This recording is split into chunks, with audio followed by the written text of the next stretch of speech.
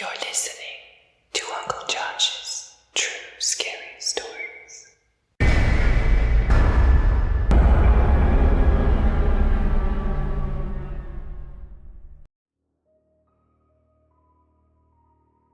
Hey gang, I'm on vacation. Someone recently asked if I could talk about some vacation stories, so here they are on Two for Tuesday. Enjoy. A Stormy Day in Paradise by Tonyan Colonia. Whether we know it or not, we've all seen Thailand's Phi Phi Island. It may have been on some random postcard, it may have been on some fleeting advertisement in the street, or it may have been on a friend's bedroom wall. But one thing's for sure, we've all gazed in awe at its pristine beaches and thought, man, I'd love to go there someday. To the lucky few who do get to see it up close, it offers some of the most dramatic landscapes, the clearest water, and some of the most colorful flora and fauna in the world. I visited the island in March of 2008, and it did not disappoint, for nature or for thrills. My first steps onto the Phi Phi Don dock were somewhat disappointing. Tonsai Bay, usually crystal clear in pictures, was so full of longtails, which are local fishing boats that are used to transport tourists from place to place, you couldn't even see the water.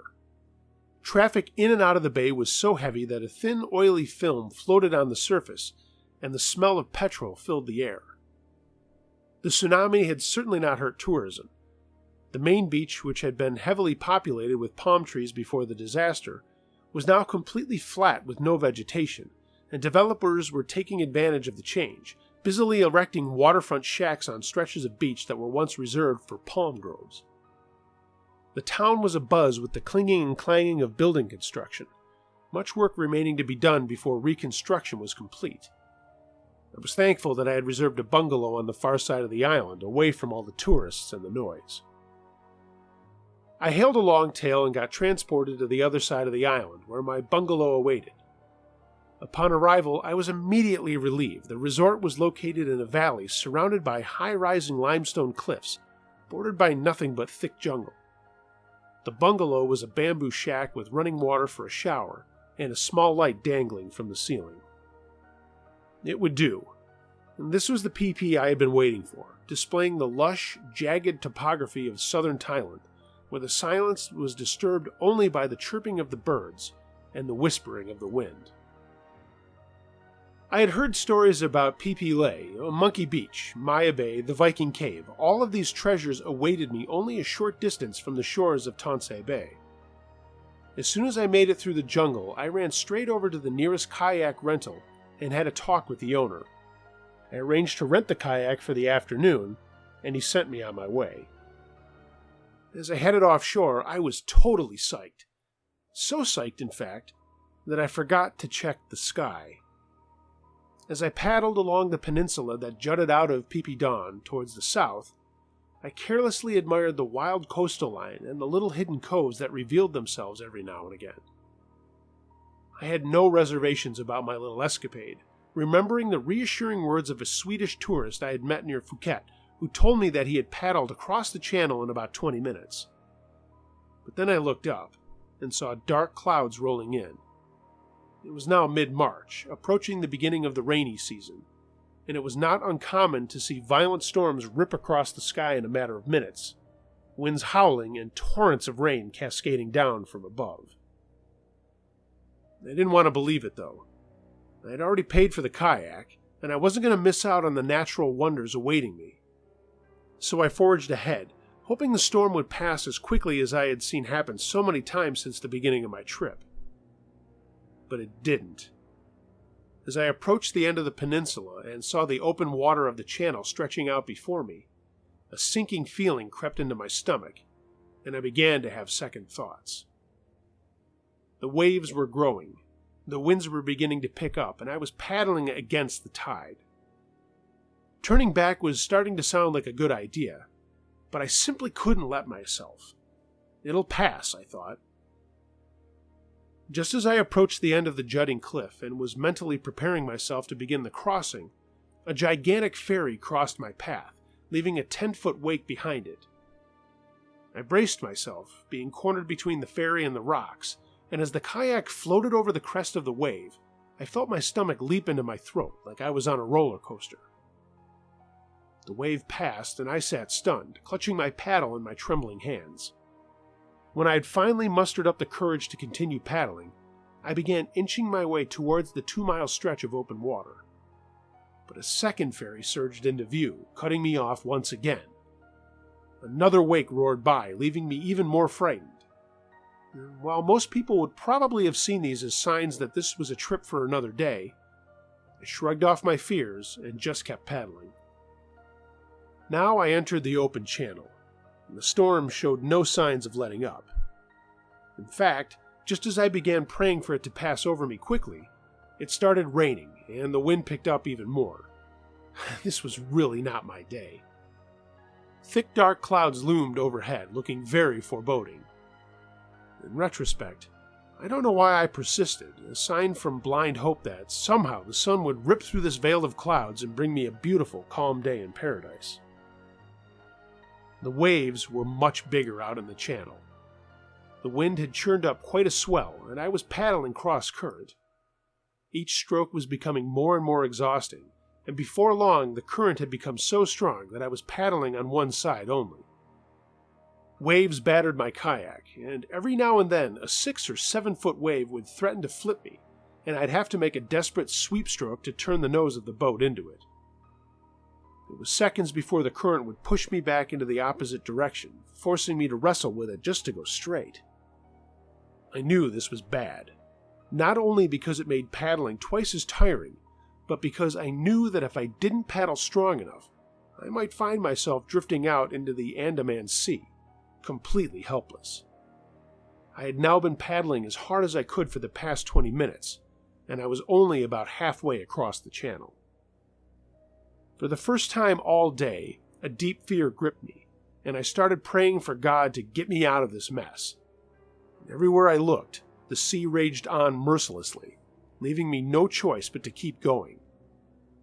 I could see Pipile through the mist and the rain, but it wasn't getting larger very fast. I was beginning to lose hope when I suddenly caught a glimpse of a longtail on my right that seemed to be moving closer. Before long, it was alongside me, calling out to me through the howling wind. "Do you need any help?" yelled a voice. "Yes," I answered, concealing my joy out of embarrassment. I pulled up alongside of the longtail, threw my gear onto the deck, stood up on my kayak, and jumped into the other boat. 2 European men, one older and the other in his 30s, helped me heave my rental kayak onto the deck. We lodged it between the seats in the bow, and I sat down next to them and their wives, sighing with relief. As it turns out, they were German tourists who had rented a longtail for the day and headed over to Pipi from Kolanta, an island 15 miles southeast of where we were. As they'd approached the island in the storm, they'd seen me struggling to make it across the channel and decided to see if I needed a hand. I thanked them for saving my life. One of the older ladies said, "Yes, that was very dangerous what you were doing, no?" I told her about my unreliable Swedish friend and his account of his own crossing, which had motivated me to embark on my own cross-channel expedition. Never again.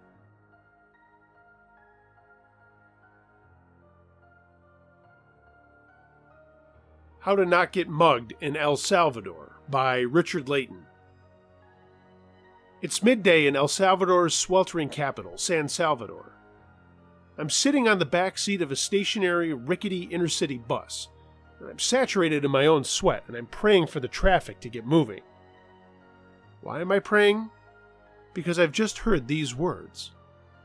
Su cartera. Su dinero. A large, muscular, silver-toothed gentleman is sitting down facing me. He's asking me for my wallet and my money.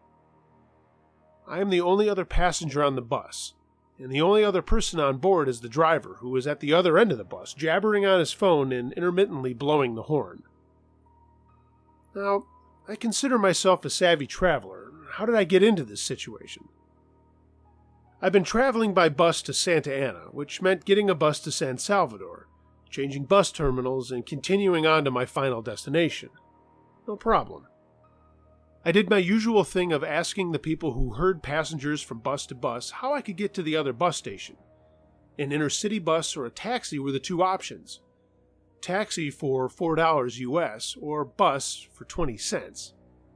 This was a no-brainer for a budget-conscious backpacker like me. It turns out, though, that even in broad daylight, a bus is not a wise choice when you're carrying a 70-liter backpack and are quite obviously not a local. So back to my present predicament, and much like the midday traffic, time grinds to a halt. They say you have two responses when met with danger, fight or flight, but opting for neither, I pretended to not understand my enemy's demands. Sorry, I don't speak Spanish, I say in what I hope is bad enough Spanish to make him think I really don't know what he wants. I don't know why I adopt this defensive tactic. Do I think he's going to apologize and make a hasty exit? Maybe he only attempts to rob people who are of native tongue. Anyway, he takes my words as an invite to make his demands clearer. He points to my pockets and rubs his fingers and thumb together, giving me the universal hand gesture for money. Okay, I think it's time for a different tack. Innocence and ignorance. I go with, no, I've already paid the driver. As if this is the guy I think goes around checking fares like some sort of bus conductor from the 70s.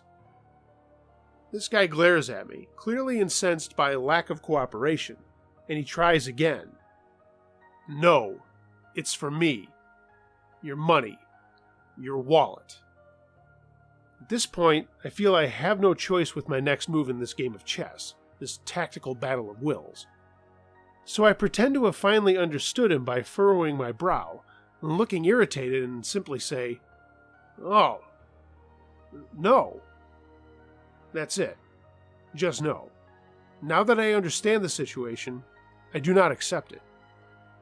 I fix my eyes on his, not in any kind of attempt to intimidate. He's much bigger than I am. We're on his turf, and I'm not crazy. But rather to try and get a read on how this is going to end. I wonder whether or not he will attack, but my biggest concern is the consequence of losing my wallet.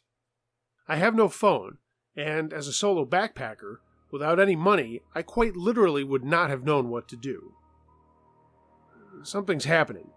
His phone rings. He pulls it out and starts talking, and I dare not loosen the grip I've got on my backpack. I wish I knew what he was saying. Maybe it's his boss. Maybe he saw me getting on the bus. Maybe he's asking for an update.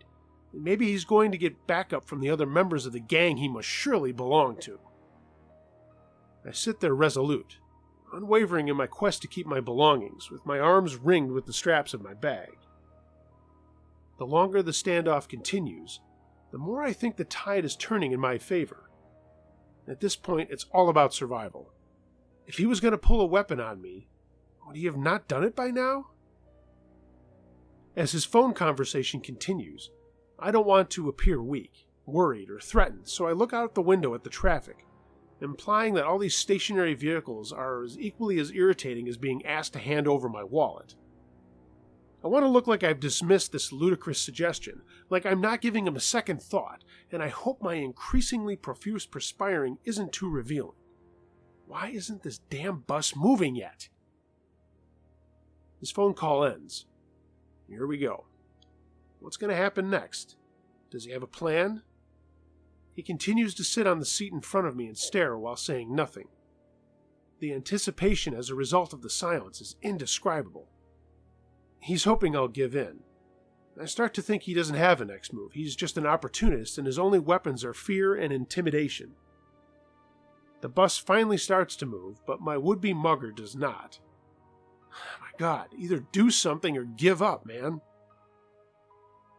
As the seconds amble by, I glance between the window and his eyes.